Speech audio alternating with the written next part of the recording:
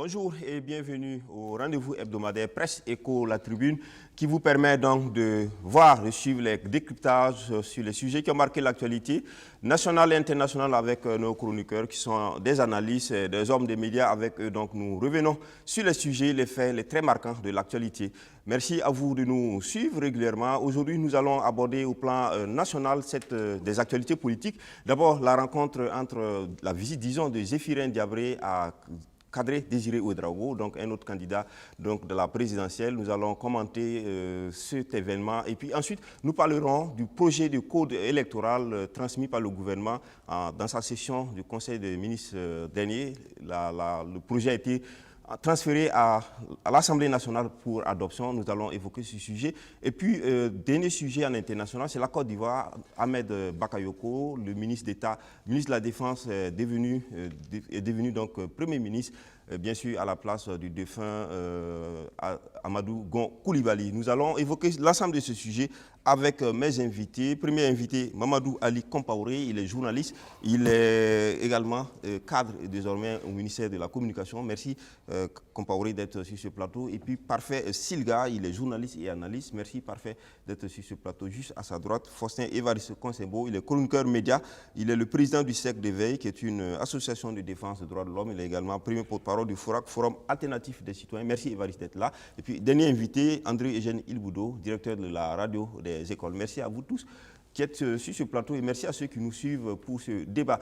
On va commencer avec certainement, pas notre premier sujet, mais un autre sujet également qui a beaucoup fait des vagues ou de buzz, disons comme ça, comme on le dit, sur les réseaux sociaux. Ce sont les propos de Maître Bénéwendé Sankara, propos qui peuvent être analysés de plusieurs façons. Hein.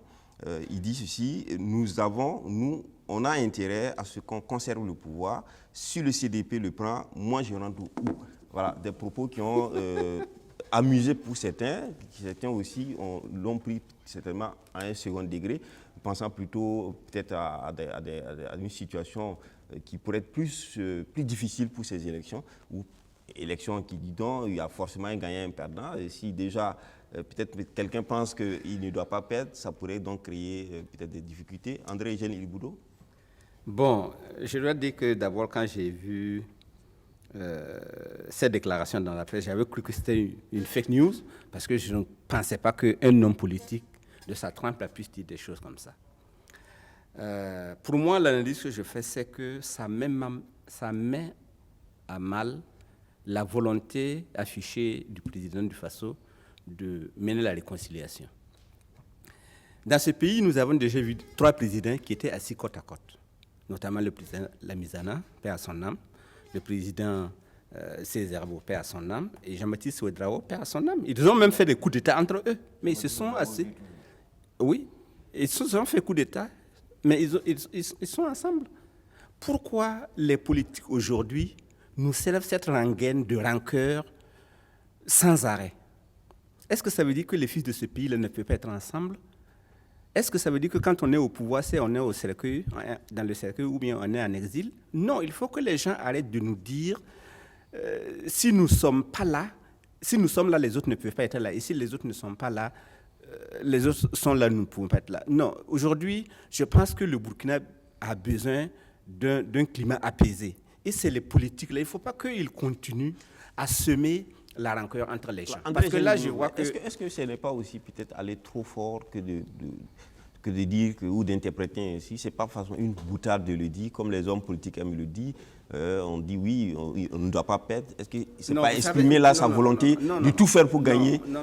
Vous savez, ce qui sort de la bouche, c'est ce qui est au-dedans de notre cœur. C'est le trop plein du cœur qui déverse dans la bouche. Je pense que ils pensent comme ça.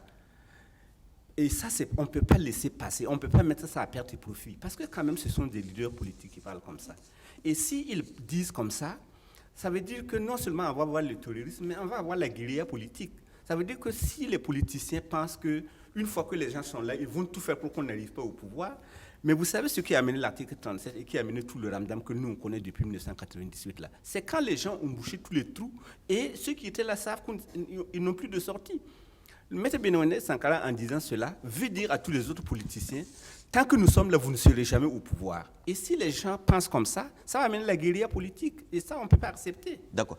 Alors, Ali, qu'est-ce qui pourrait être... il a personnalisé, hein, il dit, lui, par exemple, il ne sait pas où rentrer. Qu'est-ce qu'il devient? Est-ce que quand il dit il devient, est-ce que ce n'est pas par rapport à ses avantages politiques aujourd'hui? Il est vice-président, premier vice-président de l'Assemblée, et il est à la majorité, il est au pouvoir, il a des ministres, il a même un ambassadeur, etc. Est-ce que ce n'est pas en termes d'avantages qu'on paie, ou est-ce que c'est... Bon, mais si c'est en termes d'avantages que M. Benouane Sankara dit ça, bon, ça va, on peut comprendre que quelqu'un qui n'a plus ses avantages puisse être un peu inquiet, mais je suis un peu du côté de l'analyse de Eugène tout à l'heure, parce que M. Benouane Sankara, ce n'est pas n'importe qui, c'est le président d'un parti sankariste qui était aux élections et qui est le premier vice-président de l'Assemblée nationale. Alors, quand un monsieur de cette trempe-là parle, il doit parler assez clairement, sans ambiguïté, afin qu'on comprenne ce qu'il dit et qu'on n'interprète pas ses propos. Parce que ce qu'il vient de dire, c'est assez grave.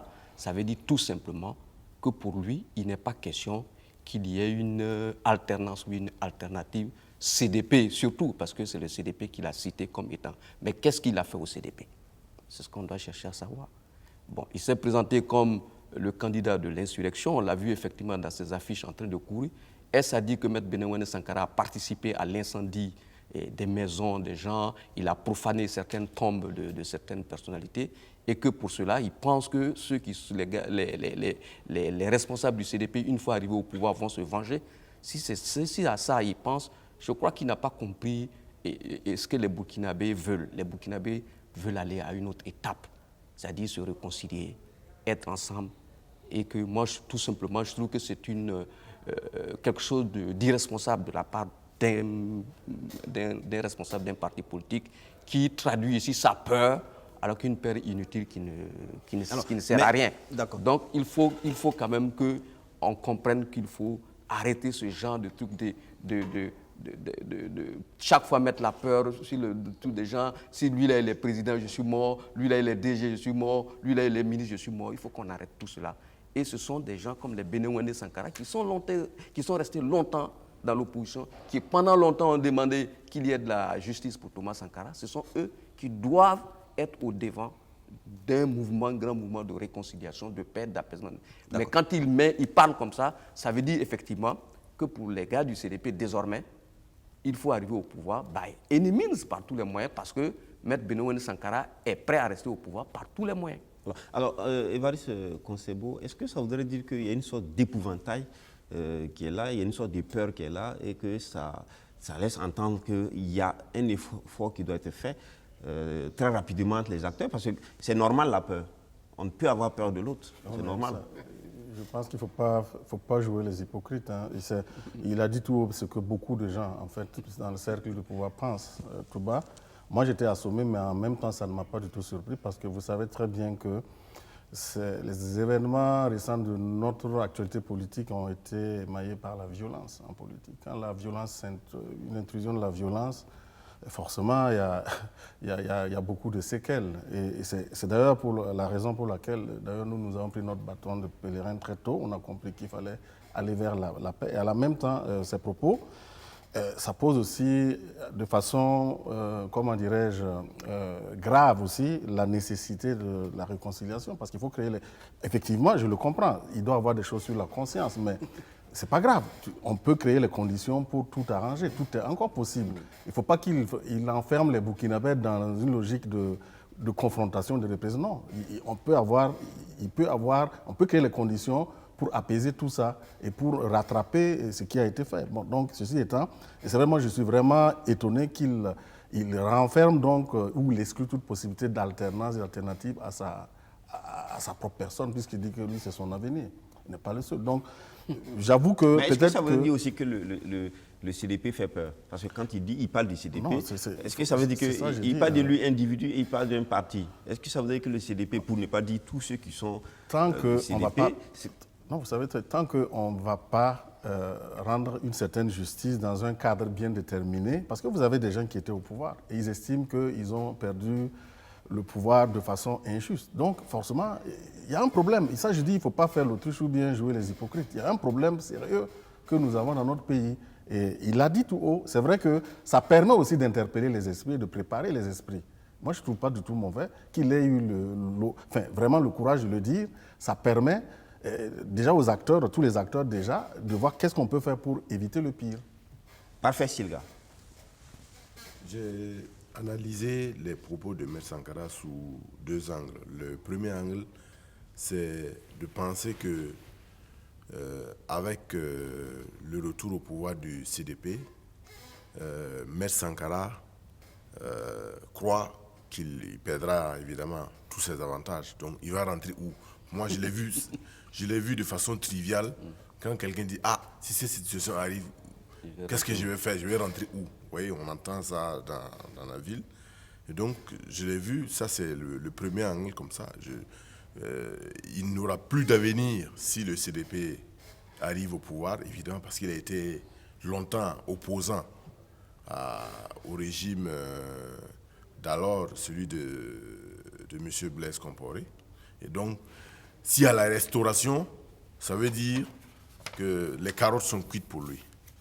Bon, le deuxième angle, c'est de penser que M. Sankara croit à une vengeance aussi.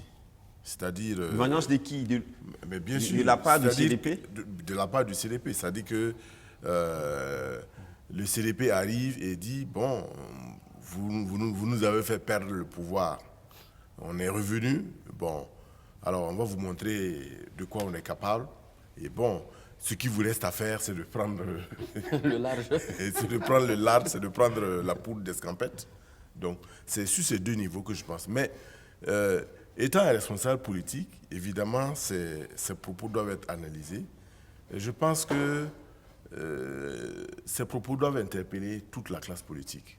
Il faut que dans ce pays, on puisse arriver à une dévolution du pouvoir qui ne soit pas source d'ennui ou bien qui ne soit pas source d'actes de vengeance pour les autres. Parce qu'évidemment, maintenant, c'est très clairement dans la Constitution, on ne peut plus faire plus de 10 ans au pouvoir. Donc il faut que les Burkinabés, il faut que les hommes, les partis politiques puissent se préparer à ça. Il faut qu'ils puissent savoir qu'après 10 ans, ben, c'est d'autres hommes, c'est d'autres partis qui peuvent arriver au pouvoir. Donc il faut que...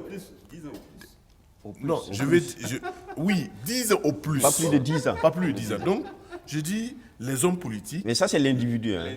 Pas le parti. Le parti peut continuer 30 ans. Oui, c'est ce que j'ai dit. Mais il faut que ça change.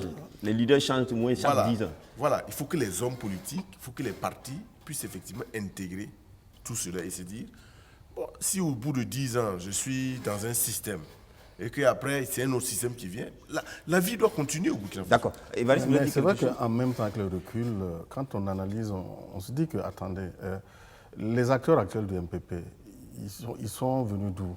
60%, plus de 60%, c'est du CDP.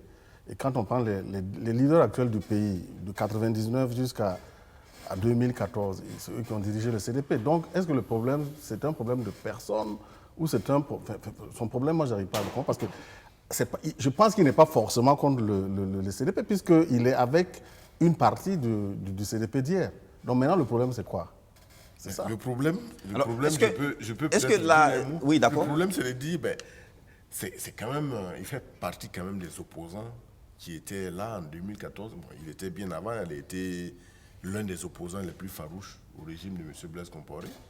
Et si, effectivement, le CDP arrive au pouvoir, le CDP peut se dire, bon, on va vous régler un peu les comptes. Mais c'est peut-être ça. Est-ce que ça veut dire qu'on s'enferme dans une logique de vengeance, du cycle de vengeance? Parce que si on a peur que ceux qu'on a remplacés viennent vous remplacer, est-ce que ça veut dire qu'on s'est enfermé dans une sorte de cycle de vengeance? Je crois que M. Benewende Sankara, en faisant la politique, tout ça, avait dans sa tête de se venger. Et avec l'insurrection, ils ont pu avoir le pouvoir. Et lui, comme lui, il est formaté vengeance, il pense que les autres sont formatés comme lui. Est-ce qu'il a tort? Mais il a forcément tort d'avoir peur. Il a tort d'avoir peur. Parce qu'il a tort d'avoir peur. Parce que le pays ne peut pas se réduire à lui et qu'on ne peut pas continuer à se venger toujours. Il y a un autre schéma. Il y a un autre schéma. Donc sa peur, c'est sa peur pour lui-même. mais ce n'est pas la peur. Voilà, il ne faut pas qu'il inculque sa peur aux Burkinabés. Moi, C'est tout. je vais juste dire, est-ce qu'il n'est pas prématuré de dire que Maître Sankara a tort d'avoir peur? Moi, je crois que nous devons interpeller les hommes politiques pour leur dire, la politique, là, ce n'est pas la vengeance. André Eugène Oui, on dit qu'il a ça si parce on que est, face à des propos du genre, c'est lui qui parle connaissant de ça. la situation S'il n'avait du pas pays, parlé de ça, personne n'aurait... connaissant la situation du pays, insurrection, incendie de domicile, des victimes, etc., est-ce que M. Benouende et Sankara n'est pas en train de dire, comme Évariste l'a dit, réellement ce qui se passe et ce qui pourrait se passer si quelque chose n'est pas fait? On sait aussi qu'il y a des appels à la contrition, et des appels à la réconciliation. Non, c'est pourquoi il faut continuer à travailler pour demander aux Burkinabés de désarmer leur cœur. Merci. Vous savez, la vengeance ne mène nulle part. La vengeance ne mène nulle part et il ne faut pas continuer à souffler sur les braises. Je pense que nous avons besoin de responsables qui disent aux gens, notre passé nous a amenés un petit peu trop loin.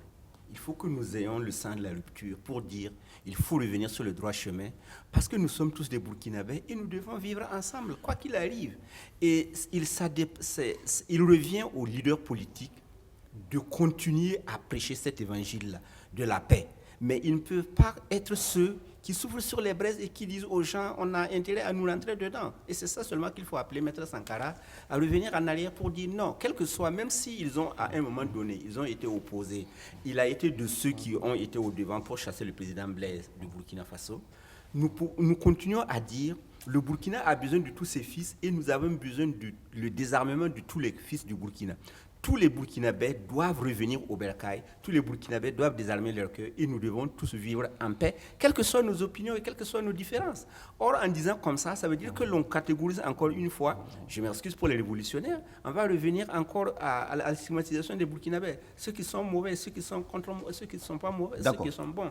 Ça, et on ne peut pas continuer comme ça. Merci. Non, je trouve qu'il a quand même eu le mérite d'avoir mis le doigt sur un problème. Est-ce que ce n'est pas quelqu'un, un naufragé par exemple, prend l'image, un naufragé qui tend la mer, sauvez-moi. Est-ce que ce n'est pas dans ce cas de figure qu'il faut voir, il y a des problèmes et André Eugène disait qu'il faut que les hommes politiques, mais est-ce qu'aujourd'hui les hommes politiques, s'ils sont dans des camps qui sont des camps opposés... Non, pour être trivial, Maître Benouende Sankara la trouille tout simplement.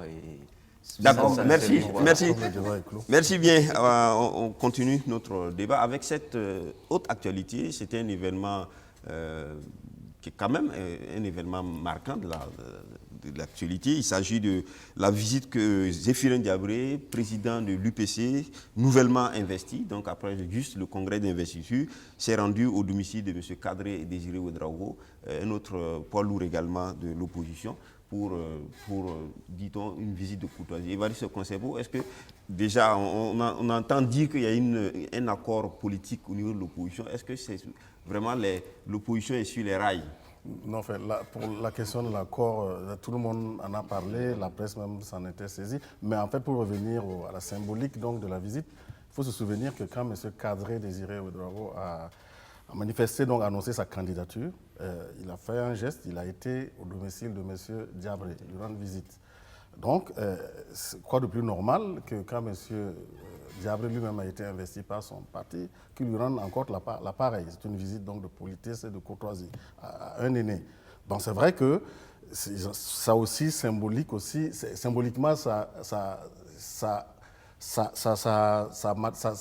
comment dirais-je, ça sous-tend la création... Une bonne entente. Une bonne entente. Bon, maintenant, bonne entente dans quelle perspective? Maintenant, peut-être l'accord, puisque dans les jours à venir, il est question de faire un accord politique. Parce qu'on est convaincu, et c'est quasiment certain que nous allons avoir une élection à 2 tours, parce que pour des analyses, peut-être si on analyse... Alors, mais pourquoi certains se diraient, mais si déjà il y a de la courtoisie et tout ça, pourquoi ne pas clairement choisir un candidat unique à l'opposition une bonne fois pour toutes? Parce que sociologiquement et statistiquement, il a été démontré qu'il était, dans le cadre du contexte actuel en fait, de Burkina, la candidature unique n'était pas une bonne affaire. Au contraire, c'est un avantage pour le parti au pouvoir. Donc, ce qui est intéressant, c'est le schéma Donc des candidatures multiples au premier tour et maintenant une candidature unique au second Mais tour. qu'est-ce qui dit que cette fois-ci on ira, parce que du côté Non, du, je peux du vous pouvoir dire, aussi, on non, dit c'est le parce que un coup KO, quand on regarde les statistiques, on sait que l'actuel président, M. Roch-Marc Christian Kaboré, a eu le gros de ses troupes, en fait, de ses électeurs au nord, à cause de Feu Salif Diallo, et au centre-nord, maintenant cette fois-ci, c'est un peu compliqué. Au centre-nord, vous avez maintenant un poids lourd qui vient. Et donc ces bastions-là, forcément, ne pourront plus résister comme avant. Ces bastions risquent de connaître quand même... Et donc ça va entraîner le deuxième Ça tour. va Parfait, entraîner un Silga. deuxième tour. Cette visite en dit long sur la suite du processus électoral et des élections à venir. Je pense que ça en dit long sur l'accord qui se susurre et qui est déjà en route parce que, évidemment, ce que l'on sait, c'est que les partis vont se mettre, les partis de l'opposition vont se mettre ensemble et ils l'ont déjà dit. Le premier qui va arriver en tête des suffrages, en tout cas dans leur groupe, c'est celui qui va recueillir leurs intentions de suffrage au second tour. Donc c'est un peu ça. Donc cette visite s'inscrit dans ce sens, quoi. Mais ça reste une visite parce qu'on a vu aussi que c'est après juste l'investiture, ok. Et puis après, c'est aussi dans un contexte où au CDP il y a des problèmes. Non, moi je Où le candidat du CDP, qui est M. Edi Kombougo, a eu des démêlés avec certains membres du CDP en justice et tout ça. Il n'y a pas de lien. Il n'y a pas de lien avec ça. De toute façon, tous les partis, en tout cas selon ce qu'ils ont dit, tous les partis vont se mettre ensemble, tous les partis de l'opposition vont se mettre ensemble et arrêter le premier élément. Celui qui arrive premier dans leur groupe se verra soutenu par tous les autres. Deuxièmement, si ce candidat effectivement arrive au pouvoir, il doit co-gérer avec les autres. D'accord. Donc, c'est Mamadou les deux Ali principes Compaoré, qu'on a retenus. quel est le message qu'on pourrait décrypter de cette rencontre? Zéphirin Diabré qui vient voir donc Désiré Kadri Ouedraogo, quel est le message qu'il a envoyé, j'allais dire, aux adversaires peut-être politiques ou à l'ensemble de la société? D'abord, il faut remarquer que les rencontres se font dans les domiciles. Donc, comme l'a dit Faustin Consembo, Kadri Désiré Ouedraogo a été le premier à aller rendre visite à Zéphirin Diabré chez lui à la maison. Et Zéphirin Diabré rend visite à Kadri Désiré Ouedraogo chez lui à la maison. Donc, sur le plan humain, déjà, ça montre que les gens veulent, au-delà de l'aspect politique, des combats politiques, ils veulent envoyer un message aux Burkinabés pour leur dire la politique, oui, nous nous battons pour avoir le pouvoir, mais nous sommes des Burkinabés. Au-delà de cela, nous pouvons nous rendre visite sans que personne ne perde sa façon de voir les choses. Et ça, sur le plan humain, c'est ce message que moi, j'ai compris dans la visite de M. Zéphirin Diabré au domicile de Kadri Désiré Ouedraogo. Mais ce n'était pas moins politique aussi. Bon, même maintenant, si je reviens sur l'aspect politique, bien Oui. entendu. Maintenant, sur l'aspect politique, lorsque les deux personnalités se rencontrent, il faut voir que Zéphirin Diabré, lui, il a un parti politique, il a une machine qui est en place et tout. On a du côté de Kadri Désiré Ouedraogo qui a un bon candidat, un bon profil et tout, mais qui est en train de mettre en place ses structures, qui n'a pas toutes ces structures. Donc je pense que quand les deux se rencontrent pour essayer de voir, c'est pour essayer, au cas où il y a un deuxième tour et tous les indicateurs... Un message de complémentarité. Voilà, et tous les indicateurs montrent qu'on pourrait y avoir un deuxième tour, sauf si les Burkinabés sont atteints par le syndrome de Stockholm. Sinon, on aurait normalement un deuxième tour. Et s'il y a un deuxième tour, il y a deux personnalités qui sont déjà dans de très bonnes dispositions pour s'entendre. Mais ceci étant, il ne faut pas mettre de côté Edi Kombougo avec le CDP dans le cadre de l'accord qui a été signé par les partis de l'opposition. Et d'ailleurs, la question a été posée à Kadri Désiré Ouedraogo si il devait donc collaborer ou coopérer avec le CDP de Edi Kombougo pour favoriser une victoire quelconque. Il n'est pas contre. Et sa réponse a été était variable. Voilà, il n'est pas contre cela. Qui respecterait sa parole. Il respecterait sa parole, c'est un homme de parole, il va respecter la parole, il va respecter les accords. Donc je pense que l'opposition burkinabé est en train de s'organiser afin de favoriser une alternance, afin de favoriser des élections apaisées pour que le Burkina Faso puisse sortir un peu de la tourmente, quoi. André Géniboudou. N'oublions pas que lors d'un congrès, Monsieur Zéphirin Diabré avait parlé de baobab. Est-ce qu'il est allé chercher maintenant le fromage? Parce que Kadri n'était pas parmi les baobabs qu'il citait. Donc certainement qu'il allait chercher le fromage ou bien le caïcédra pour venir renforcer la forêt pour gagner.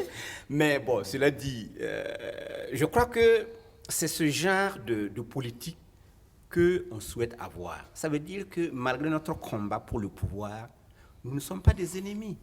Et comme l'a si bien dit Ali, il se rend visite en famille, c'est pour aussi lancer un message d'apaisement et un message pour dire nous sommes tous des Burkinabés, chacun cherche le pouvoir, mais quel que soit alpha celui qui gagne, on est ensemble. Maintenant pour dire, je pense que vous écoutez aussi le MPP qui dit qu'il est un coup KO. Bien sûr. S'il arrive au coup KO, tant mieux. Mais s'il n'arrive pas au coup KO, j'imagine que tous ces gens qui se sont en train de se tisser entre eux, j'ai peur que même si le MPP gagne à 49%, au premier tour, il ne gagne pas le pouvoir. Parce que si on refait référence à ce que Maître Benewende dit, c'est ça qui attise les rancœurs. Ça veut dire que vous amenez les gens à ne pas vouloir être avec vous. Donc, vous allez avoir des gens qui vont se coaliser ensemble, quel que soit court que court, pour avoir le pouvoir contre vous. Et souvent, les gens disent des choses qui vont se retourner contre eux. D'accord. Alors, mais je ramène la même question. Pourquoi est-ce que Évariste avait tenté d'expliquer ça sociologiquement? Oui. Pourquoi est-ce qu'il ne serait pas, par exemple, allé directement à une coalition au premier tour que d'attendre un second tour qui est hypothétique? Et s'il n'arrive pas le second tour? Non, vous savez, il faut regarder la composition des Burkinabés. C'est vrai que le premier vote de 2015, c'est tout juste après la transition. Et les Burkinabés avaient envie effectivement de tourner la page de la transition. Il faut lire les choses d'une manière froide. Aujourd'hui, je ne fais pas partie d'un parti politique, mais ça me semble difficile au regard du contexte actuel qu'un parti, quel qu'il soit, gagne au premier tour. Ça, c'est pas possible. Parce que vous avez un émiettement des opinions. Ce n'est pas comme à la sortie de la transition où les gens voulaient la paix, où les gens, etc. Il y a beaucoup de choses qui se sont passées quand même à l'intérieur de 5 ans.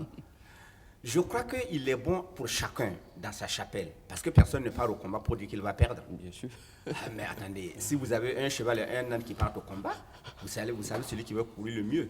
Donc, moi, je ne pense pas en regardant d'une manière froide la situation, dire qu'un parti peut gagner le premier coup. Et si un parti gagne le premier coup, ça va amener la bagarre.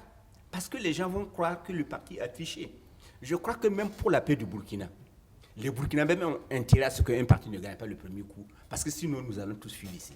Non, en fait, statistiquement, c'est impossible. Parce que pour les raisons que je vous ai évoquées, parce que notamment, on sait très bien que probablement, il y aura deuxième tour et qu'on aura les deux candidats, le candidat du MPP et M. Diabré. Pourquoi? C'est vrai que le CDP se réveille, mais on oublie que le CDP a été vidé de 60 à 65% de ses militants pour aller constituer le MPP. Malheureusement, avec les bagarres internes, ça n'arrange pas les choses. Dans l'opinion, il est établement et solidement établi que les deux partis les mieux implantés géographiquement, c'est le MPP et l'UPC. C'est un. En plus de cela, si vous ajoutez le bilan, qui n'est même pas du tout contestable et discutable du MPP, et vous avez en plus les zones... Discutable ou non incontestable? Non, on ne peut pas discuter de la... Quand tout le monde voit les résultats, à moins d'être à porter plusieurs lunettes pour regarder, on voit. Et en plus de cela, il faut ajouter que dans les zones en proie à des difficultés, s'il y a des élections, ces gens-là ne vont certainement pas voter MPP. Donc, moi, logiquement... Je voulais un peu tempérer ce que Faustin dit. Oui. En fait, quand on parle de second tour et puis on y inclut le MPP, c'est parce qu'on pense qu'ils sont aux affaires et que, parce qu'ils sont aux affaires, ils ont le renseignement à leur disposition, ils ont l'argent du pays à leur disposition, ils ont le chantage qu'ils puissent faire à leur disposition. C'est pour ça qu'on pense qu'ils vont arriver au premier tour et ensuite les autres partis vont suivre au deuxième tour. Sinon, normalement, quand on regarde leur bilan et tout, on fait l'analyse, je ne crois même pas que ces gens puissent... Mais ils ont été quand même élus en 2015. Est-ce que vous avez dit que, par exemple, en 2015, ceux qui ont élu le MPP sont ailleurs aujourd'hui? Je viens en 2015, ça c'est un autre contexte. Hein. En 2015, ils ont été élus avec des lois d'exclusion, pas de poids des lourds. trucs où on a vu des gens dire bon, ce serait préférable qu'il y ait un premier tour, ce serait préférable que le MPP gagne. On a même contraint Zéphirin Diabré à aller dès 19h, 20h faire allégeance à Roch Mais c'était mieux que ça soit le Marc MPP qui Kaboré. gagne. À Roch Christian Kaboré. Mais aujourd'hui, ce n'est pas pareil. Maintenant, il y aura certainement un deuxième tour, mais on ne sait pas quels sont les partis qui vont aller au deuxième tour. Donc les partis les mieux implantés, bien entendu, il y a le MPP parce qu'il est au pouvoir, il y a l'UPC parce que Zéphirin Diabré, depuis longtemps, est dans l'opposition, il a bien structuré son parti. Il y a le CDP parce que c'est un vieux parti qui a survécu à beaucoup de conflits. Maintenant, il y a le parti Agir qui soutient Kadri Désiré Ouédraogo qui, lui, tente de se mettre en place. Mais ils ont un avantage parce qu'ils ont Zéphirin, comment on appelle ça? Ils ont Kadri Désiré Ouédraogo qui est un très, très, très bon candidat qui pourrait, dans son nom seul, voilà. Je n'ai pas encore parlé. Parfait, Voilà. Donc, je pense que le candidat Kadri Désiré Ouédraogo, par sa personne, peut attirer beaucoup d'électeurs. Moi, je vais faire un calcul. Alors, le MPP a été élu avec un peu plus de 52%, n'est-ce pas? Par qui? Par des militants du MPP? Sont-ils repartis à l'UPC, au CDP ou ailleurs? Oui, mais Pour que ça change. avec les 5 ans qui sont passés et avec la gouvernance MPP, les gens ont aussi se sont encore repositionnés. Si on parle statistique, les gens se sont repositionnés encore. Le gros des électeurs, c'est le Nord et le Centre-Nord. Oui. Or, cette fois-ci, au Centre-Nord, vous aurez un candidat. Cadré. Et au Nord aussi, on sait très bien que Voilà. le poids lourd qui était Feu Salif Diallo. Si vous allez à l'Est, vous pensez donc à un revirement de l'électorat? Mais bien sûr. Parfait, Silga. Je suis inquiet quand j'entends sur ce plateau qu'on dise que s'il y a premier tour, il faut qu'on soit inquiet. S'il y a Koukao, il faut qu'on soit inquiet. Oui. Non. Patientons. Nous ne savons pas où les Burkinabés vont donner, à qui les Burkinabés vont donner leur voix et attendons. Non, il ne faut pas qu'on agite un épouvantail à ce stade-là. C'est encore trop tôt. Mais On peut faire des analyses. Mais c'est des analyses On peut faire des analyses, mais jusqu'à dire c'est impossible qu'il y ait Koukao, soyons prudents dans nos analyses. C'est tout juste ce que je voulais dire. Sinon, j'ai déjà dit la dernière fois ici qu'un parti gagne l'élection sur la base de sa structuration. Donc, c'est ça qu'on regarde. Quand vous parlez de Kadri Désiré Ouédraogo, vous pensez qu'à ce stade-là, il a pu installer des structures dans l'ensemble du territoire national? C'est une question que je pose. Il a une région. Par exemple, vous avez dit qu'il a une région. Est-ce qu'une région suffit? Je t'ai bien dit. Oui, j'ajoute l'élément pour que tu continues. Allez, je vais finir. Okay. Je voulais dire, faisons attention à ce stade-là, parce qu'il y a encore beaucoup de choses qui peuvent changer. Et donc, sur la base de la structuration, sur la base de l'organisation, sur la base de la machine électorale du parti, il y a beaucoup de surprises. Alors, mais quand on prend l'UPC, on prend le CDP, on prend le MPP, si c'est en termes de structuration des maillages du territoire, ne sont-ils pas logés à la même enseigne? Justement, je dis ça la dernière fois, les partis les mieux structurés à l'heure actuelle, c'est le MPP, c'est l'UPC, c'est le CDP. Il faut considérer les choses de cette manière. Alors, mais il y a aussi mais dire que c'est impossible qu'il y ait un Koukao, soyons prudents dans notre analyse. Parfait, Silga. Évariste Concebo a soulevé un élément qui semble important dans les analyses. C'est le vote de préférence. Par exemple, Kawaïbuya, qui était le Nord, qui était bien un bastion du MPP sous Salifou Diallo, qui n'est plus aujourd'hui. Et le Centre-Nord, par exemple, où il n'y avait pas un cadre du CDP ou ailleurs aussi influent. Aujourd'hui, au Centre-Nord, vous avez Désiré Kadri Désiré Ouédraogo qui est là, qui était un fils de la région. Au Nord, désormais, vous avez Gilbert Noël Ouédraogo, vous n'avez pas Salifou Diallo. Est-ce que ça ne peut pas entraîner l'émiettement de l'électorat du MPP? Je reviens à la structuration. Aujourd'hui, le parti de Kadri Désiré Ouédraogo est implanté dans combien de communes dans la région du Centre-Nord? C'est ça qu'il faut regarder. Si vous arrivez... Est-ce que seulement c'est la... Non, ce n'est pas suffisant. Est-ce que uniquement la structure... Il n'y a pas d'autres éléments, d'autres atouts? Oui, vous pouvez dire il vient du Centre-Nord et pour ça... J'ai parlé tout à l'heure de vote de préférence. Oui. Allons sur cette base. Vous pouvez dire qu'il y a un vote de préférence parce que Kadri Désiré Ouédraogo vient du Centre-Nord. mais combien de structures il a au centre nord? D'accord. Je vais terminer quelque chose. Hein. Ali, Vous savez, l'élection présidentielle, c'est un homme face Aux électeurs. aux électeurs. Ouais. C'est vrai qu'avoir une machine électorale, c'est un avantage. Mais ce n'est qu'un avantage. Il y a quel autre avantage? Voilà. Je dis C'est ce la n'est personne, qu'un c'est la avantage. personne qu'on voit. Il y a la personne aussi qu'on voit. Et la personne peut jouer un rôle très important pour gagner les élections. Hein. Voilà. Si vous prenez par exemple, à l'époque, si vous prenez en France, en avant de Macron, il crée son parti. Il n'a pas la structure. En Marche, pardon. Il n'a pas l'appareil. Il n'a pas l'appareil, il n'a pas un appareil terrible, il n'a pas une structuration du PS ou bien des Républicains. Mais il va gagner les élections. Parce qu'en face de lui, les gens qui sont là n'ont pas voilà, sa jeunesse, sa fraîcheur, son odeur, tout. Donc il faut faire attention. N'oubliez pas que Macron avait avec lui. Oui. Vous m'avez demandé tout à l'heure de vous laisser terminer.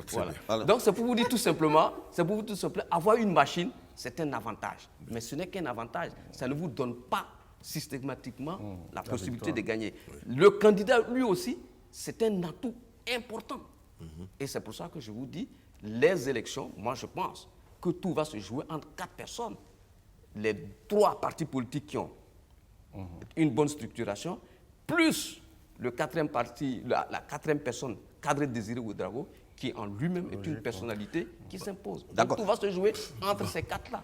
Mettre Kadri Désiré Ouédraogo de côté dès maintenant, c'est aussi faire une petite... Non, voilà. d'abord, je voulais dire à Ali, quand il avait parlé de le MPP qui ne pouvait pas venir, je pense qu'on ne peut pas, au premier tour, ce n'est pas possible que le MPP soit écarté. Au regard de l'analyse tous d'accord sur ça. que nous analysons. Mais ce qu'il faut dire, c'est qu'en 2015, il y avait des gens qui n'étaient pas déclarés. Vous n'aviez pas le CDP, vous n'aviez pas Kadri qui était là. Et vous parlez aussi, vous oubliez le RDA, de Maître Gilbert. La DFRDA. La DFRDA. Et tous ces gens, me semble-t-il, sont vent debout ensemble contre le MPP. Je vais dire, quel que soit Alpha, je répète, je n'ai rien contre le MPP, je n'ai rien pour les autres, mais c'est impossible que le MPP gagne un coup KO. C'est pas possible. Au regard de l'analyse simplement que nous devons faire d'une manière. Je voulais faire une petite précision à Je Eugène. termine. Oui, je n'ai pas dit que le MPP ne viendrait pas au premier tour. J'ai dit simplement Au second tour. J'ai dit simplement, tout le monde pense que le MPP va venir au second tour parce qu'ils sont aux affaires. C'est tout. Mais même ne serait-ce que ça. Moi, je dis, je voulais terminer quand même. Laissez-moi terminer. Je voulais dire qu'aujourd'hui, le contexte a changé. Nous ne sommes plus en 2015. Les gens que l'on avait exclus sont revenus. Les gens qui avaient fui le pays parce qu'ils avaient peur de la geôle sont revenus. Ils battent campagne. Et ça, on ne peut pas faire semblant comme s'il n'existait pas. d'accord. Non, mais c'est pour mon point de vue, sociologiquement, statistiquement et même mathématiquement, il est impossible qu'il n'y ait pas de Vous deuxième. utilisez ces mots. D'accord. Alors, merci à vous. Donc, on pense qu'il y aurait deuxième tour. On pense mais dans tous les cas, si les élections se passent, on verra. Le 22 novembre n'est pas loin. On continue pour parler également d'un autre sujet qui est en rapport avec, bien sûr, ces élections. Une élection, c'est aussi la loi électorale. Là, nous sommes dans une situation où le gouvernement vient d'introduire un projet de loi du code électoral, donc qui va être adopté par l'Assemblée nationale. Et c'est ce code électoral qui va donc encadrer les élections à venir. Première question déjà d'ordre juridique, de correspondance ou d'harmonie avec les textes communautaires. On entend souvent dire que la règle communautaire de la CEDEAO, le protocole CEDEAO, dit qu'on ne peut pas modifier des règles du jeu ou des textes électoraux à moins de 6 mois d'une échéance. Évariste. Oui, c'est ce que la règle, en fait, le protocole de la CEDEAO sur la bonne gouvernance, la démocratie dit. Mais la condition, c'est assorti d'une condition, que ce soit un consensus, je crois. Et justement, les points en fait actuels sur lesquels nous débattons, qui concernent donc des modifications sur le code électoral à moins de 6 mois des élections, c'est des amendements qui sont issus en fait du dialogue politique.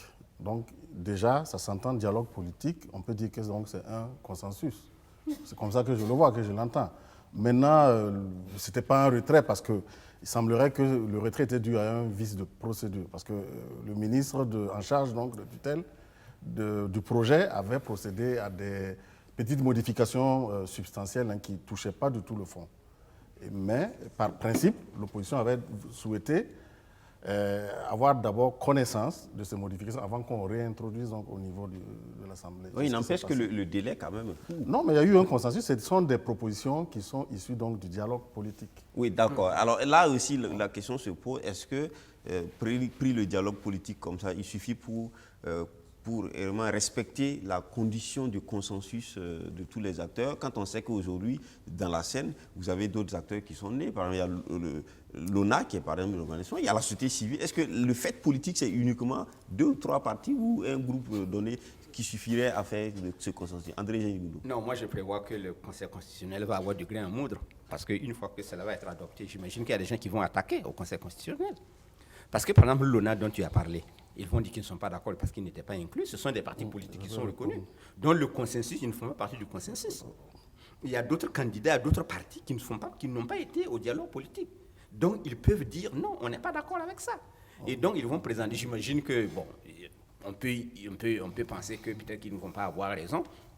Mais j'imagine qu'il y a des gens qui vont attaquer. Il y a la société civile qui se crée avec le sens là, servir et non se servir là, qui arrive.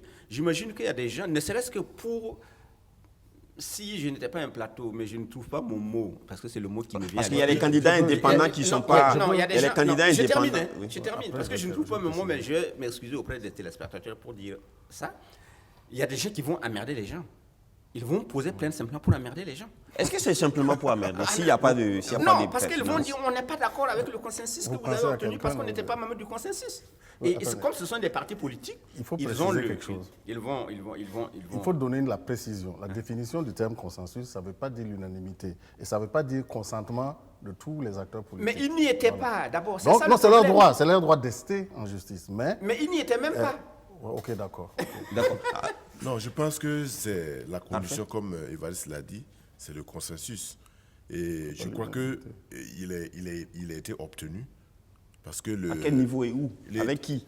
Non, il a été obtenu dans le dialogue politique, comme l'a souligné le compte-rendu du rapport du Conseil des ministres. Vous avez fait un consensus sans moi. Moi, je ne... C'est pas l'unanimité. Oui, Je n'y étais même pas. Eugène, oui. Ils auront le plein droit d'attaquer le texte.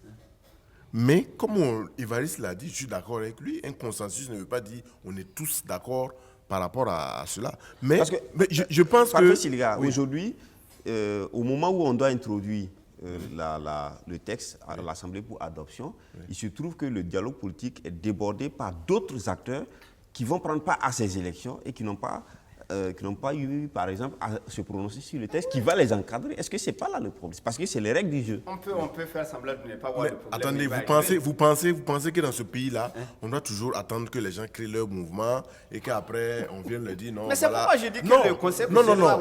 Non, l'État va continuer à fonctionner. Si vous voulez, vous créez votre mouvement dans un an ou bien à la veille des élections, mais on ne va pas attendre que vous créez votre mouvement. Mais il s'agit d'une modification du code électoral. Et il y a des acteurs qui vont prendre part à ces élections avec ces règles. D'accord. Mais au moment où on introduit, ils ne sont pas... Voilà, donc on doit attendre qu'ils créent leur mouvement avant de leur présenter les modifications qu'on veut faire. Non, je parle trivialement. Mais je vais dire, non, plus sérieusement, je vais dire, on ne va pas attendre que des gens créent leur parti. Vous parlez d'indépendance. S'ils sont créés au moment où on doit adopter. Non, mais le dialogue politique a commencé bien avant. Et c'est sur la base des résultats de ce dialogue politique-là qu'on introduit les modifications du nouveau code électoral. C'est logique quand même. D'accord. On va nommer parfait au Conseil constitutionnel. Non, ce que j'ai dit, j'ai dit ils auront le droit d'attaquer le texte. Et maintenant, on ne peut pas critiquer le processus qui est en cours parce qu'il est issu, les propositions sont issues du dialogue politique. On ne va pas quand même attendre les gens pour régler les problèmes. C'est certainement un problème qui peut ressurgir parce que désormais, on a plus d'acteurs au-delà du dialogue politique. On a d'autres acteurs qui sont nés, qui sont là, qui vont prendre part aux élections, donc qui seront encadrés par les règles du jeu, concernés par les règles du jeu. Au moment où on adopte un nouveau texte, est-ce qu'ils n'ont pas droit aussi à opiner, à donner leur point de vue? Bien sûr qu'ils ont droit à donner leur opinion par rapport, puisque c'est une loi qui va s'appliquer à eux également. Donc ils peuvent donner leur opinion, mais comme les gens l'ont dit sur le plateau ici, ils auront l'occasion de présenter leurs récriminations devant le Conseil constitutionnel qui va regarder ce qu'ils disent. Mais ceci étant, il faut quand même que quand on essaie de faire des accords politiques et tout, il faut faire des accords qui tiennent compte aussi de l'évolution, pour prévoir en cas d'évolution, si un autre parti politique venait à naître et qui n'est pas dans l'accord, comment faire, comment ceci, cela. Je pense que c'est ce que les hommes politiques doivent faire. Il ne faut pas faire des accords fermés.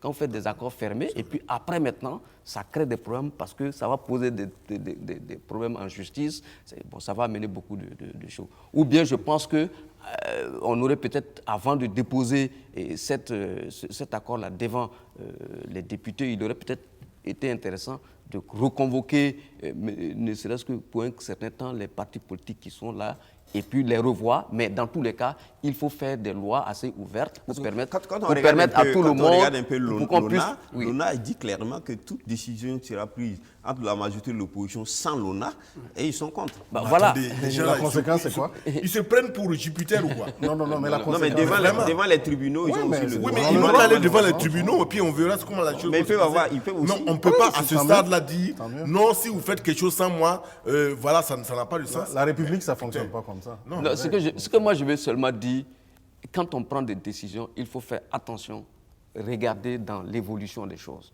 Sinon, si on ne fait pas cela et qu'on prend des décisions en disant ils se prennent pour Jupiter, bon, ils peuvent emmerder, pour reprendre l'expression. En tout cas, le texte... Et ça va jouer le sur texte- l'évolution du processus électoral. Nous allons rentrer dans un conflit On a entendu, préélectoral. cette disposition Voilà. qui a été invoquée lorsque l'Assemblée nationale a sorti son rapport lié au report des élections.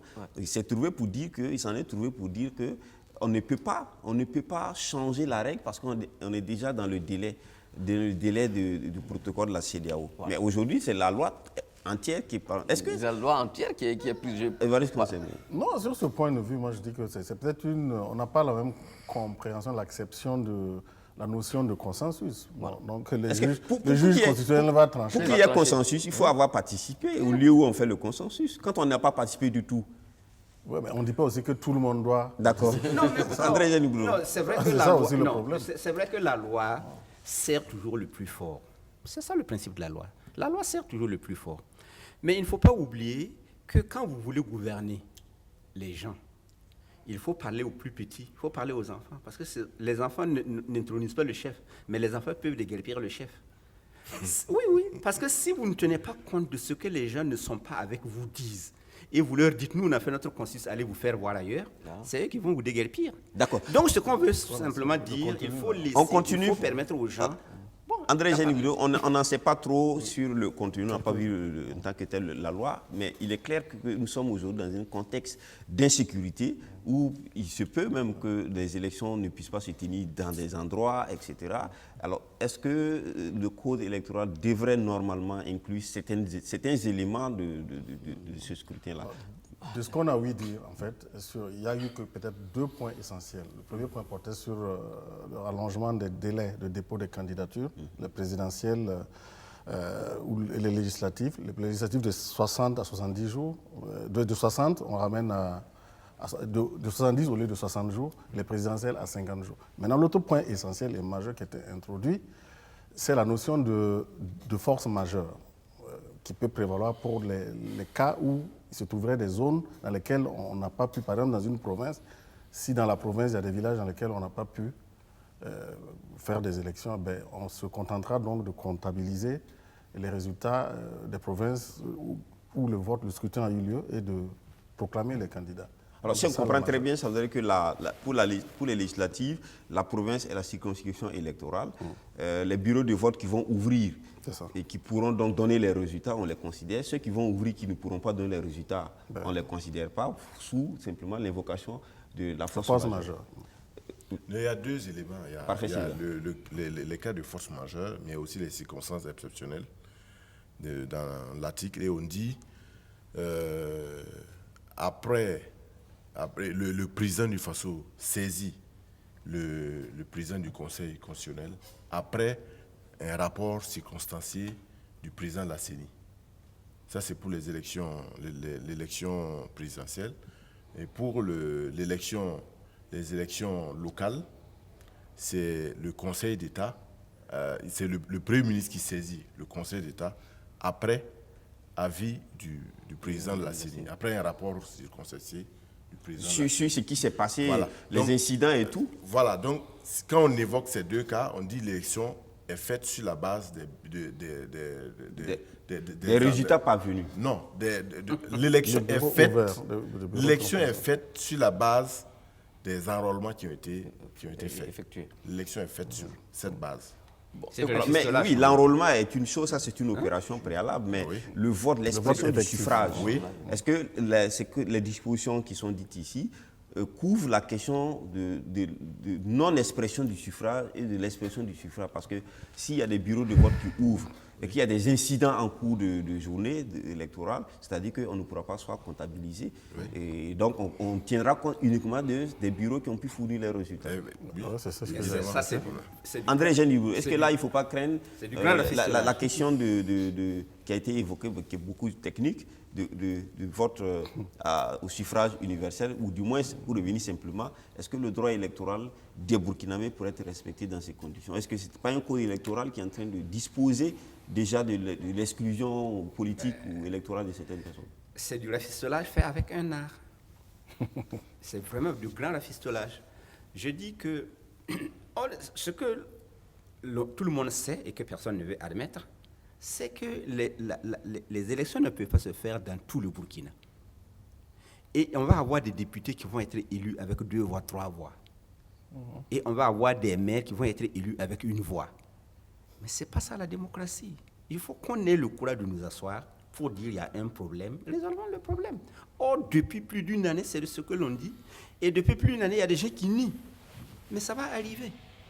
Tout ce que les gens sont en train de faire là, c'est vraiment courir de l'habit avec du gros fil blanc. Mais ça ne va pas tenir. Alors, ça voudrait dire quoi concrètement? Qu'il faut changer la loi, faire en sorte que la loi ne dispose pas, par exemple, de prendre en compte une infime minorité des électeurs contre une autre peut-être Mais plus grande. si C'est ce vous que ça parlez voudrait de dire. démocratie qui est un peuple qui vote une personnalité pour gérer un pays, vous ne pouvez pas mettre peut-être combien de... On a déjà dit ici combien de provinces qui ne sont pas enrôlées, qui n'ont pas été couvertes.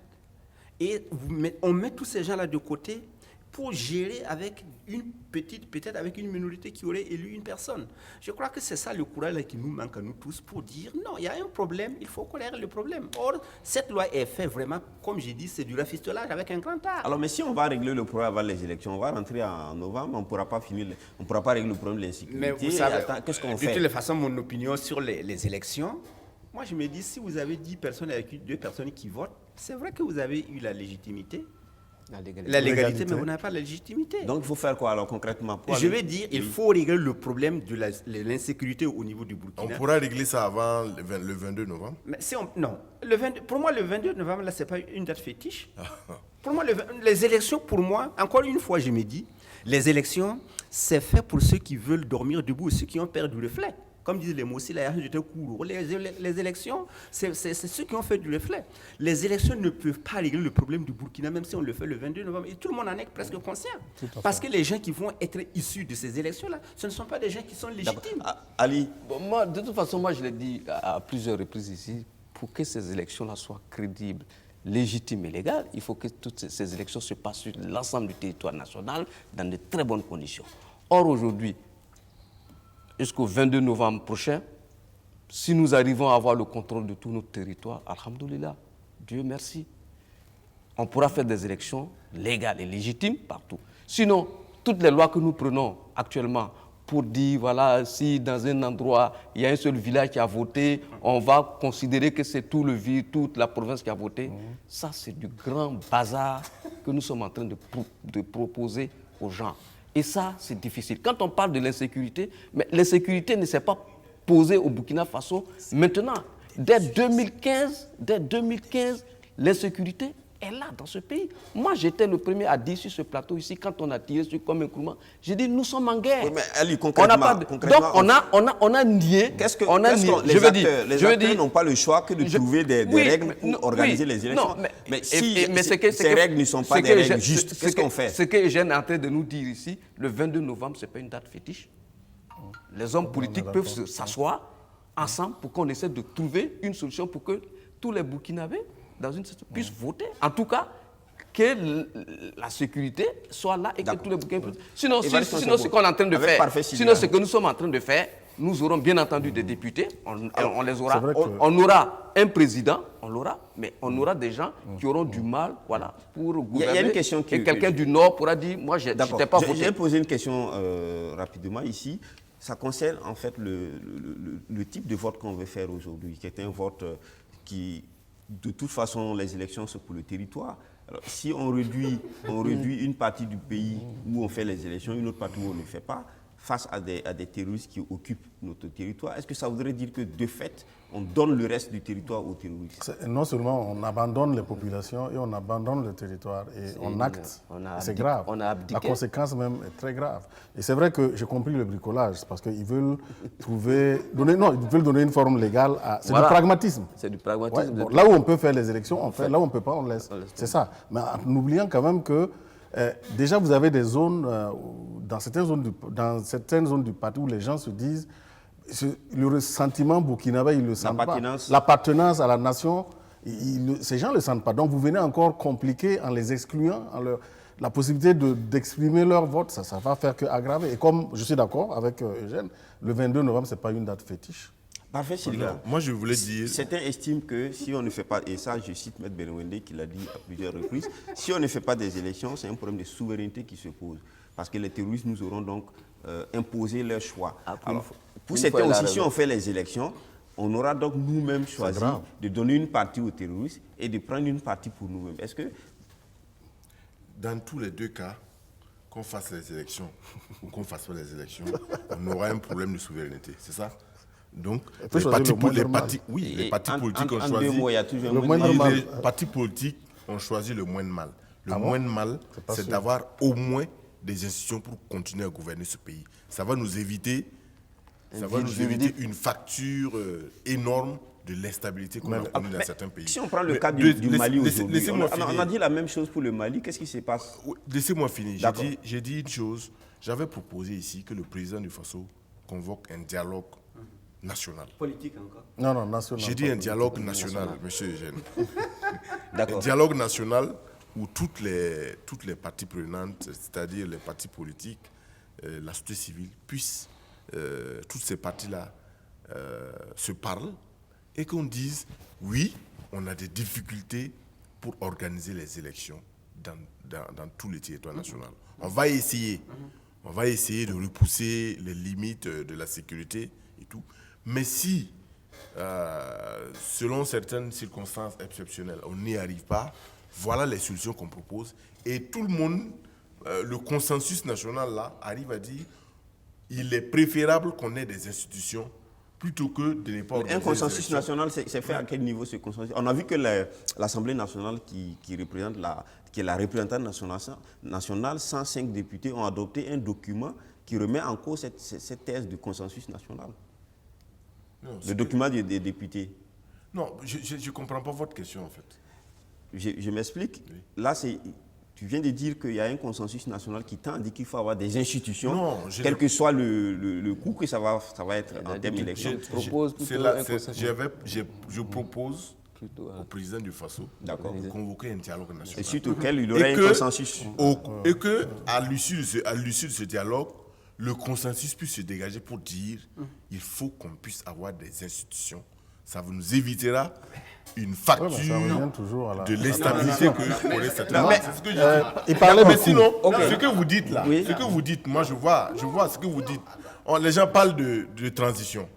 Les gens parlent de dire, bon, on n'a pas d'élection le 29 novembre. Mais on revient à la même chose. D'accord. Et puis on va terminer. Dans tous les deux cas, on va abandonner une partie de notre territoire. Parfait parle de coût. Et je trouve que le coût que nous allons donc supporter en organisant au forcing ces élections sera plus élevé que celui auquel on sera moins exposé si on n'a pas d'institution. C'est pas forcément, on peut avoir des institutions. Écoutez, on a déjà l'histoire du pays est plein de modèles. D'abord, le dialogue national n'a pas été convoqué, mais tu connais déjà les conclusions du dialogue national. Ça veut dire qu'ils vont venir dire on a besoin d'avoir les institutions, mais on peut imaginer que le dialogue national vienne dire mais on jette tout par-dessus bord, et puis on recommence à zéro. Ah bon? Oui. par exemple. D'accord, merci. Merci à vous. On va terminer rapidement avec la Côte d'Ivoire. Vous avez bien suivi Ahmed Bakayoko, donc l'ancien ministre d'État, ministre de la Défense, a été nommé par le chef de l'État Alassane Dramane Ouattara de Côte d'Ivoire, donc Premier ministre aujourd'hui en remplacement du défunt Amadou Gon Coulibaly. Et parfait Silga, Ahmed Bakayoko, mais qui conserve le portefeuille de la Défense. Ouais, je pense que c'est le choix de la continuité, hein, parce qu'on a 3 mois des élections. J'imagine ça allait être vraiment compliqué que le président Alassane Ouattara aille chercher l'oiseau rare par-dessus bord pour venir diriger un gouvernement de 3 mois. Donc, je pense que Ahmed Bakayoko avait déjà fait le stage. En tant qu'intérim. Et donc, je pense que l'intérim a payé. Et aujourd'hui, Alassane Ouattara lui dit, bon, comme tu t'es déjà essayé à la tâche, bon, voilà, il a les rouages du job, donc il pourra continuer. Alors, mais la thèse qui prévoit en Côte d'Ivoire, celle du rattrapage ethnique aussi, vaut aussi ou régional, vaut aussi pour son paysan ici. On dit qu'il y a Patrick Hachi, donc, qui était donc, le secrétaire de la présidence, qui aurait pu aussi, qui a le profil de Gon Amadou Coulibaly, qui n'a pas été préféré à Ahmed Bakayoko. Oui, il y a des gens qui pensent que Patrick Hachi est plutôt proche de Gbagbo. Ça aussi, on l'a entendu. Donc, ce ne serait pas un fidèle des fidèles, alors que Amba, comme on l'appelle en Côte d'Ivoire, c'est le fils du fidèle. père. Voilà, la fidélité, il l'a démontré depuis. Donc, moi, je pense que c'est plutôt le choix, enfin, c'est un choix plutôt sage de dire, bon, ce monsieur a fait un intérim, donc il maîtrise peut-être les rouages, et surtout, il garde la défense, parce que là, la défense, c'est quand même important. D'accord. André Génil-Boudou, on a aussi, avant cette nomination, il y avait beaucoup de tractations, il y avait beaucoup de choses qui se disaient qu'au sein du RHDP, ce n'est pas la tranquillité, c'est vraiment pas la sérénité. Certains se sont opposés à ce que Ahmed Bakayoko soit nommé Premier ministre. On a entendu beaucoup de choses se dire. Est-ce que cette nomination va-t-elle conforter le RHDP ou pourrait susciter des turbulences? Non, mais il faut savoir qu'un Premier ministre, c'est le président qui le choisit. En Côte d'Ivoire, il n'est pas dit que, par exemple, le Premier ministre doit venir forcément de tel parti ou bien de tel camp. C'est un choix discrétionnaire du président. Donc là-dessus. Mais le président, il doit tenir compte aussi de lui. J'imagine qu'on choisit un Premier ministre pour conforter son camp. Oui, mais comme l'a dit Parfait, le gars, il avait déjà fait le stage probatoire. Donc maintenant, il prend les rênes, etc., etc. Et puis, en plus, si vous analysez, c'est quand même... autant les gens n'aiment pas le vote ethnique, mais quand les gens arrivent au pouvoir, ils ont un comportement ethnique. Donc, c'est vraiment un côté, un clan qui se met au pouvoir et qui s'assume en le faisant. Mais oui, donc bon. Mais comme c'est de son pouvoir discrétionnaire, qu'est-ce que vous voulez qu'on dise? Ali. Oui, je pense que le président Alassane Dramane Ouattara a choisi un fidèle des fidèles. Hein. C'est quand même Ahmed Bakayoko, quand même parmi les premiers qui sont sortis pour défendre Alassane Dramane Ouattara face à Bédié. Je crois qu'il est même allé en prison pour cette histoire. C'est un fidèle des fidèles, un loyal des loyaux. Donc il a préféré prendre ce monsieur, et comme Parfait le dit si bien, il a assuré l'intérim de Amadou Gon Coulibaly, de feu Amadou Gon Coulibaly lorsque celui-ci était malade. Donc le président, à quelques 3 mois des élections, n'a pas voulu beaucoup de mouvements au sein de son parti, le RHDP, qui lui-même est en difficulté parce qu'on a des complications pour trouver la personne qui va être candidate pour les élections présidentielles. Alassane va partir, ne va-t-il pas partir? Tout ça, c'est tous des problèmes. Mais ceci étant, Patrick Hachi aussi a le profil. Hein. Contrairement à ce que les gens disent, Patrick Hachi a travaillé avec Amadou Gon Coulibaly au Bénin depuis qu'ils sont tout jeunes. Voilà. Donc, c'est des gens qui se connaissent. Bon, mais le président a préféré prendre quelqu'un qu'il connaît, qu'il appelle son fils. Donc, voilà, le président n'a pas voulu rentrer dans une situation difficile alors qu'on a 3 mois des élections en Côte d'Ivoire. Il a préféré beaucoup plus la tranquillité. La preuve, bon, jusqu'à présent, il n'y a pas trop de mouvements on espère tout simplement que la Côte d'Ivoire va avancer et aller aux élections sans beaucoup de difficultés. Merci. Voilà. On continue de parler de la Côte d'Ivoire, mais on prend...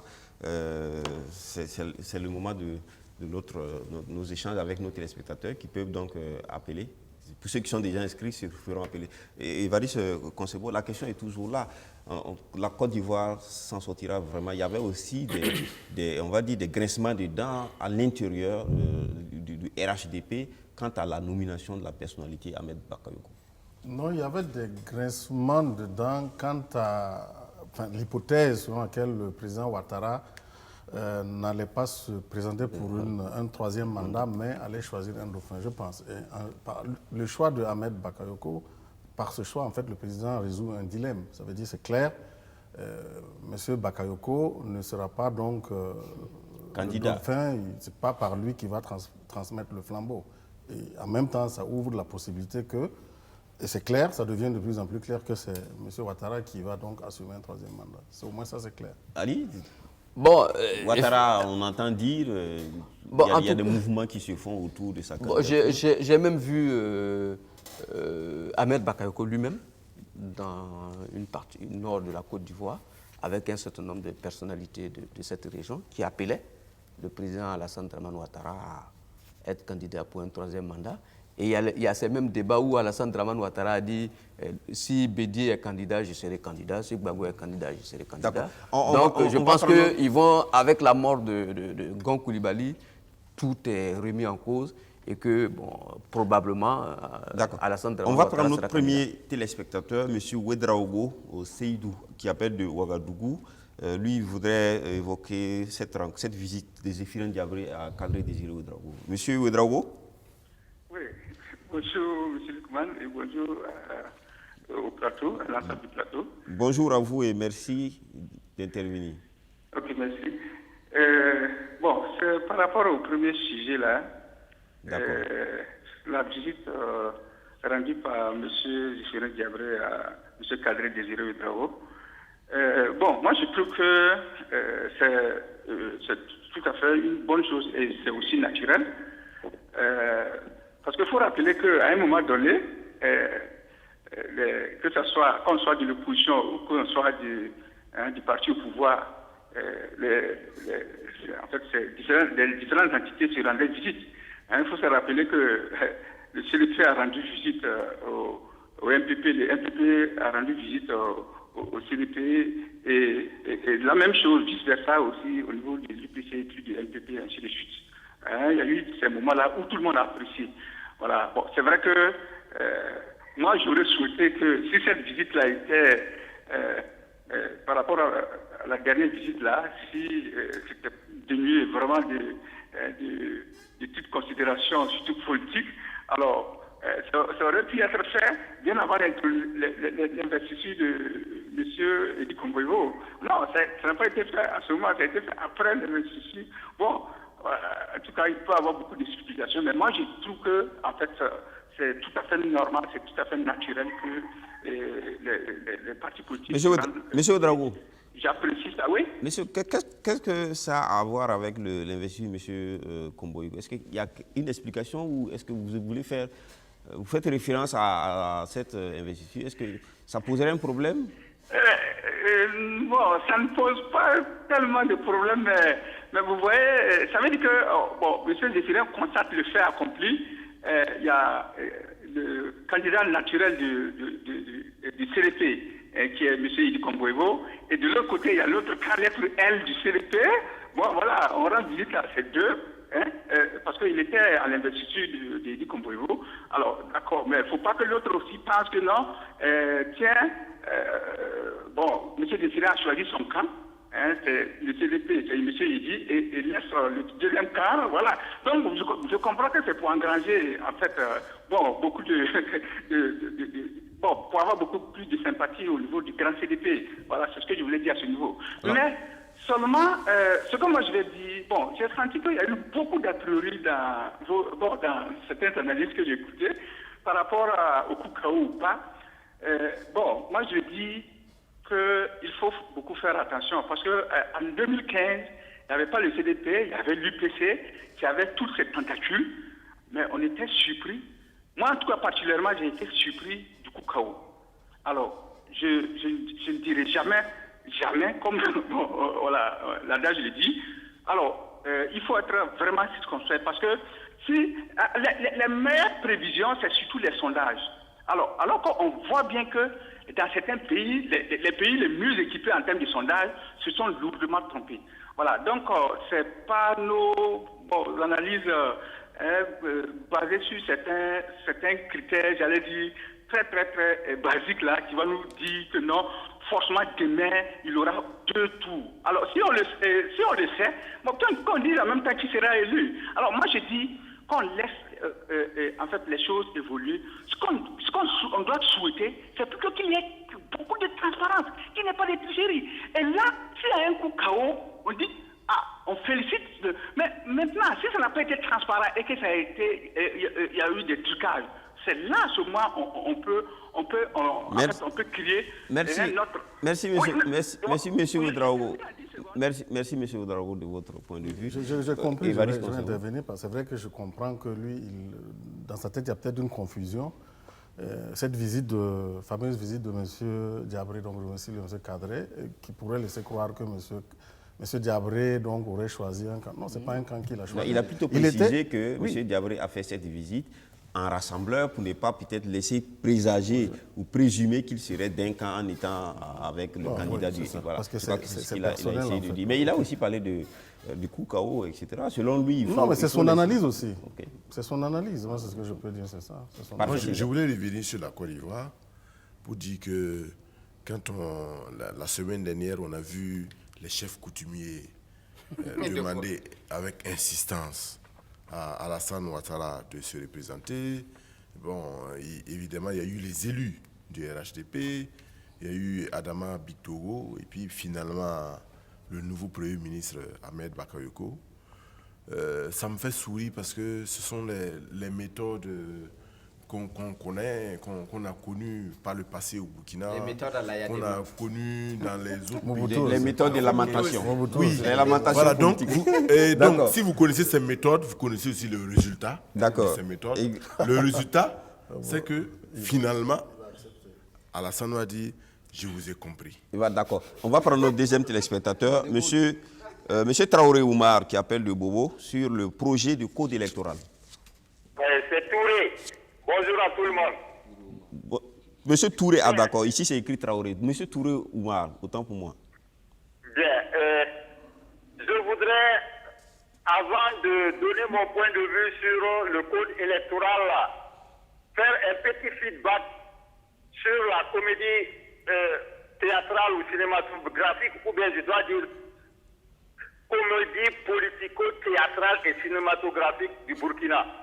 Quand Maître Benewende pose sa question, moi je voudrais lui poser cette question. Où était-il lorsqu'il a été question de combattre Blaise Compaoré, le pouvoir de Blaise Compaoré, avec le CDP qui le soutenait? Et Roch, justement, était un cadre de ce CDP-là.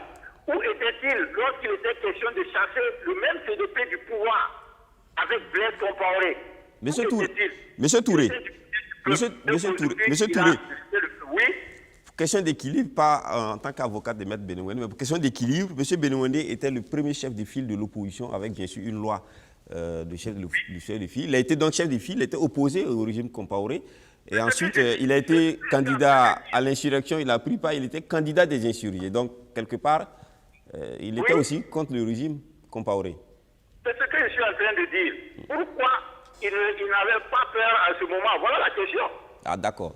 Pourquoi a-t-il peur que le CDP prenne le pouvoir? C'est ça la question. D'accord.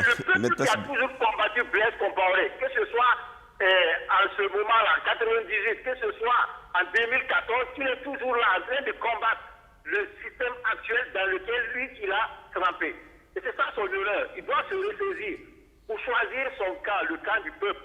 Parce que le peuple tient toujours à ses aspirations. Maintenant, pour venir au code électoral, eh bien, pourquoi ils ont déjà retiré le projet de code, justement, qui avait été introduit à l'Assemblée? Parce que l'Assemblée a produit un rapport qui a mis en contradiction les chiffres que la CENI avait annoncés. 81% du territoire qui était déjà couvert pour ce qui concerne les enrôlements. Aujourd'hui, on parle de 83. Il n'y a que 2 qui se sont ajoutés, alors qu'ils avaient promis de couvrir tout le territoire avant le 9 passé. Et donc, cette contradiction est ressortie même de la bouche de celui qui est chargé de rédiger le projet du ministère public et de l'introduire à l'Assemblée. Il a dit, ce sont les contradictions entre ces chiffres-là qui ont fait qu'on a retiré le projet. Et maintenant, on va le ramener pour toucher la question relative aux déplacés. Et moi, je voudrais attirer l'attention des gens. On ne fait pas les lois au hasard, comme ceux, par exemple, que la transition avait fait de manière circonstancielle. On fait une loi pour qu'elle dure pour qu'elle s'installe dans la durée, qu'elle soit constante. À défaut d'être permanente, je ne dirais pas éternelle, elle doit être constante, c'est-à-dire pouvoir couvrir la situation dans sa globalité. D'accord. Si je vais faire une loi qui doit prendre fin lorsque la question de déplacer prendra fin, eh bien l'histoire va encore vous rattraper. Comme elle vous a rattrapé lorsque, pendant la transition, on a écarté le CDP, l'ADF, RDA et l'UNDD du processus électoral. Alors que ce qu'il aurait fallu faire, c'était de les écarter de la gestion de la transition. D'accord. Faire une constitution et inclure tout le monde. Merci, M. Touré. Merci pour Voilà, votre... une question à ajouter. Non, merci, c'est... Je voulais faire une précision Oui. par rapport au retrait de la loi. En tout cas, selon mes informations, ça n'a pas de rapport avec le rapport des députés. C'est plutôt les dispositions qui n'étaient pas consensuelles. Les députés ont dit au gouvernement, si vous introduisez cette loi, nous allons la rejeter. Alors que vous savez que selon le règlement de l'Assemblée, quand une loi est rejetée, vous ne pouvez pas la réintroduire avant un an. D'accord. Donc, on allait se trouver dans un problème, en fait, avec ces élections. Donc, c'est les dispositions qui n'étaient pas consensuelles. D'accord. Donc, c'est la précision, en fait, que je voulais apporter. Merci. Ivanis, quelque chose à ajouter sur les propos de M. Touré? Non, je suis d'accord parce qu'une loi, on ne doit pas prendre... Pas de la loi qui doit être d'une volonté générale, C'est ça, qui en doit fait, être c'est ça. permanente. Tout le monde qui doit pas être reconnaît une que loi à sous la la tête du transition, ça a client, été une erreur. une loi à géométrie variable. On n'aurait pas dû faire une loi pour exclure les gens, on aurait dû initier des procédures individuelles, personnelles, et puis c'était tout. Ben voilà. Non, c'est vrai que nous sommes encore en train de faire une loi pour tenir compte en fait des déplacés, du contexte du terrorisme. Bon, donc ça pose aussi un problème juridique. Mais comme je dis, le gouvernement est un peu pris. Il faut bien qu'il fasse. Pour eux, dans leur logique, c'est faire des élections. Et donc, c'est du pragmatisme. D'accord. On prend le troisième téléspectateur, M. Zeba, qui appelle de Ouagar, lui également sur la visite de Zéphirin Diabré à M. Kadri. M. Zeba. Oui, bonjour. Bonjour, allez-y pour votre intervention. D'accord, merci bien. Et je voulais d'abord saluer cette démarche-là parce qu'elle est salutaire. Quand vous regardez la carrière de ces deux hommes, vous savez que c'est des hommes d'État, il faut le reconnaître. C'est des hommes d'État qui convainquent, même à travers leur personne, il faut le reconnaître. S'il n'y a pas un débat. Alors, je pense que ce sont des poids lourds. Et cette visite prouve déjà l'opposition. Selon mon analyse, l'opposition a déjà rapporté cette élection. Il n'y a pas de débat. Ceux-là qui disent de ne jamais dire jamais, ignorer ce qui s'est passé en 2015 et la réalité d'aujourd'hui. Vous savez, vous, M. Lukman, vous avez posé la question des 53% des voix qui ont voté les militants NPP qui étaient là en 2015. Mais c'est compte tenu de l'exclusion du CDP, la DFRDA, du UNDD. Vous savez, ne serait-ce que le CDP, la DFRDA, le cadre de Guillaume, même si on prend 20% des recouvrants du NPP, là, ils engagent ça déjà. C'est parce que beaucoup ont été exclus. Moi, je suis témoin de ce que je suis en train de vous dire, je suis témoin. Parce que on voté le NPP parce qu'ils avaient exclu leurs candidats à l'élection présidentielle. Leurs anciens camarades, ils n'avaient pas le choix que de voter leurs anciens camarades parce que l'UPC, ils disent que le NPP est l'UPC. Mais cette année, les gens ont des candidats. Son excellent candidat de Loto et Rodrigo a prouvé cette preuve à l'international, même ici. un poids lourd, qu'est-ce qui peut faire qu'il n'y ait pas de second tour? Il n'y en a pas. Le MPP ne peut pas avoir 40% des voix par rapport à... Par exemple, si on prend 15% de voix pour donner, c'est 14% de voix on donne pour MPP et CDP, 5% pour l'ADEF et 10% ou 5% pour Kader Libéron. Il faut calculer. Le MPP ne peut pas aller au second tour. Et il ne peut pas gagner son premier. C'est pas possible. Au second tour aussi, il y a quel parti dans la PMP là qui peut affronter ce que la guerre dernière? Il n'y en a pas. Il faut faire. D'accord. Merci, M. Zeba. On vous a entendu. Pour vous, il n'y a pas possibilité d'un deuxième tour au regard de l'émiettement de l'électorat, du retour de certains partis comme l'ADF, RDA et de Kadri Désiré Ouedraogo également. Analyse, Ali? Bon, c'est son point de vue qu'il a donné. Il trouve qu'il n'y a pas une possibilité de gagner les élections au premier tour par quelconque parti et qu'il y aura forcément un deuxième tour parce que bon, les choses ont changé. Et il a parlé de Kadri Ouedraogo Désiré qui n'a pas, de tous les candidats, c'est lui qui n'a pas la bonne machine, la machine assez prête, mais il a un profil assez intéressant qui pourrait aussi pourrait jouer dans la balance. Donc il pense qu'il y aura un deuxième tour, c'est son analyse à lui. Bon, attendons le 22 novembre au soir pour voir. Il y a une question que je pose. Pourquoi tout le monde voit plutôt le second tour? Personne ne voit peut-être un adversaire du président Kaboré gagner au premier tour. Pourquoi on pense tous sous façon du second tour? Moi, en fait, donc le Burkina, c'est... Ça me renvoie, en fait, historiquement en 1978. C'est vrai qu'on était très jeunes, on suivait un peu nos parents, on voyait les joutes électorales. J'ai l'impression, quelque part, qu'on va se retrouver dans cette configuration. Quand il y avait des poids lourds, en fait, à l'époque... Alors, pourquoi, par exemple, où le président Kaboré peut gagner au premier tour, Zéphirin Diabré peut gagner au premier tour, Kadri Désiré peut gagner au premier tour, Eddy Komboï... Pourquoi on ne fait pas cette hypothèse? Tout le monde est au second tour. C'est quasiment pas possible. Je peux? Oui. Non, cette hypothèse allait prospérer si les députés qui voulaient se faire harakiri, leur projet de loi avait été passé. Parce que l'élection présidentielle, celle qui va arriver, ça va être une élection de moyens. Or, c'est celui qui va être président qui va mettre les moyens. Si on avait découplé les élections et qu'on faisait ça à part, ça veut dire que c'est le président celui qui allait se battre et pour avoir des gens qui allaient venir. En ce moment-là, il peut arriver qu'un poids lourd puisse aussi battre. Or là, vous avez toute la machine du président avec tous ces députés qui vont se battre et pour le président et se battre pour eux-mêmes parce que les législatives sont couplées. Si on avait découplé les législatives, votre scénario pourrait arriver. Malheureusement, ils ont voulu se faire harakiri, mais on les a rattrapés facilement.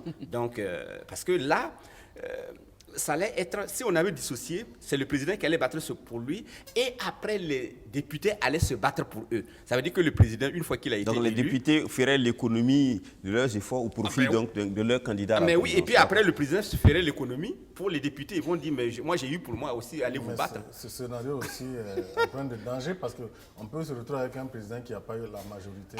Ils n'ont qu'à cohabiter. D'accord. Parfait, Siliga.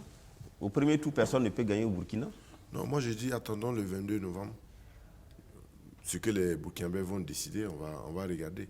Mais c'est à l'analyse, qu'est-ce que les Burkinabés pourraient décider quand on regarde les clés? Il n'y a pas de clés de lecture aujourd'hui. Je n'ai pas une boule de cristal. Non, mais pour c'est vrai qu'on fait l'histoire. Mais j'ai dit d'accord. Pour la question. Merci. On fait l'histoire du présent, mais cela ne nous merci. les projections. Personne n'est venu avec une boule de cristal ici. Merci à tous. Ça, c'est une belle merci. façon On est au thème de cette émission. se dérober. Je voulais juste préciser quelque chose. La semaine dernière, nous avons parlé du CDP, de Mamadi Kwanda, donc la crise au CDP. Et donc, on a eu, par maladresse, à dire quelque chose sur le plateau ici, qui a été ressenti comme une injure. Quelqu'un a dû dire indiscipliné, notoire à l'encontre de Mamadi Kwanda et de ses camarades. On tenait, en tout cas, à présenter toutes nos excuses pour ces mots qui ont été très mal perçus et qui ont certainement frustré. Donc, on présente nos excuses. L'intention ici sur ce plateau, c'est de débattre, de donner des opinions, mais jamais de nuire, encore moins d'injurier. Donc, on présente nos excuses pour cela et à l'ensemble des téléspectateurs qui nous ont suivis et donc, dimanche dernier. Merci. Quelque chose? Écoutez, bon, c'est vrai que nous sommes élégants, nous sommes des gentlemen, mais ce qu'il faut dire, ce que la personne a dit, à répéter ce que son parti a dit. C'est un récidiviste notoire. Et la première fois, on a parlé d'indiscipline. Donc, on n'a pas insulté, D'accord. monsieur. Merci. Et puis, encore, non, et puis, je voulais terminer là-dessus.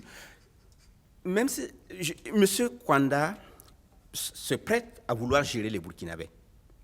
Mais regardez tous les présidents qui sont passés. Qui n'a pas reçu son lot d'injures? S'il ne peut pas... Les médias ne doivent pas diffuser les injures, c'est interdit dans la déontologie. Ce que je veux dire, quand tu veux gouverner un peuple, il faut beaucoup d'indiscipline pour faire un peuple libre, comme l'a dit quelqu'un. D'accord. Et s'il ne peut pas supporter une petite injure, qu'il ne devienne pas magistrat suprême de notre pays.